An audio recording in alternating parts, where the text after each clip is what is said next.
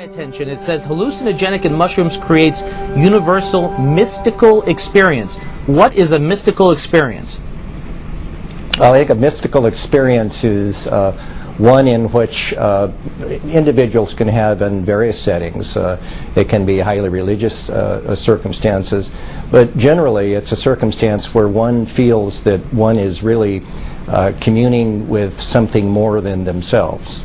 I could just see the headlines tomorrow from lay people reading this. Is this God in a pill, if you will?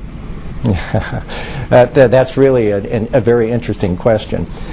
Even the investigators really talked about it being a significant mystical experience, and these substances, mescaline, which is similar to psilocybin, and even the magic mushrooms, Mexican mushrooms, have been used by Native Americans for some period of time in various religious experiences that were part of their culture. Now, in reading this article, volunteers, because that's what we should call them, were given this, and about 60% said that this would be one of the top 5 experiences of their lives. That is truly remarkable.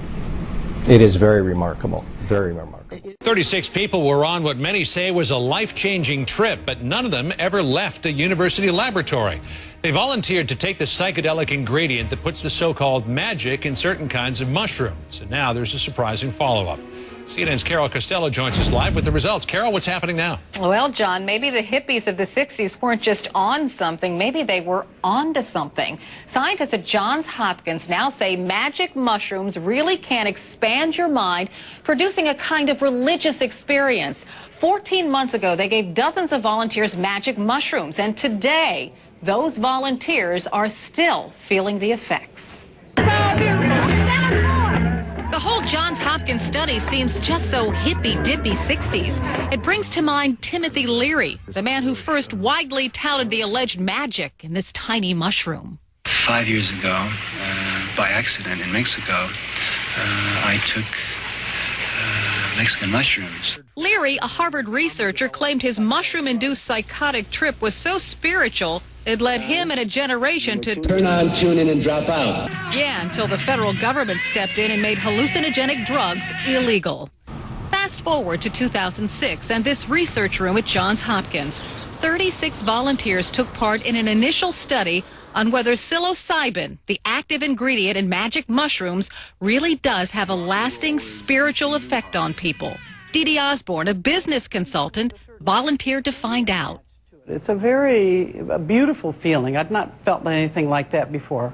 Osborne, lying on this couch, received 1 dose over an 8-hour period. She saw a kaleidoscope of colors. Then there was a tearing open of my heart, and then the feeling that we were all one. The effects of that single session are still with her 14 months later, and with other volunteers.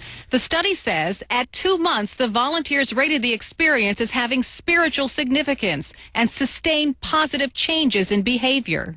Most people had experiences that really looked quite indistinguishable from classically occurring mystical type experiences. I tell you what I'll do. What will you I'd like to go there now with you. You can miss out school. Won't that be? Why go to learn the words of who? What will we do there? We'll get high.